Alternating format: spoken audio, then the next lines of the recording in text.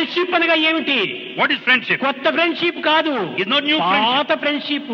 It's the old friendship. పాత friendship మీ ఇంటికి వస్తే రారా పోరా కూర్చోరా అంటాం. If any of your old friend comes, you talk to him. Come వాళ్ళు in. ఏమాత్రం కించిత్ కూడా గౌరవించము. You don't respect him in any way.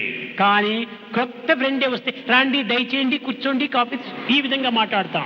If a new friend comes, you will say, receive with all courtesy. ఈ గౌరవ మర్యాదలకు కొత్త friend కే ఇస్తారు కానీ పాత ఫ్రెండ్ కి ఇవ్వరు. The courtesies are extended to a new friend, but not to an old పాత friend. Friend ను స్వేచ్ఛగా అనుభవిస్తారు.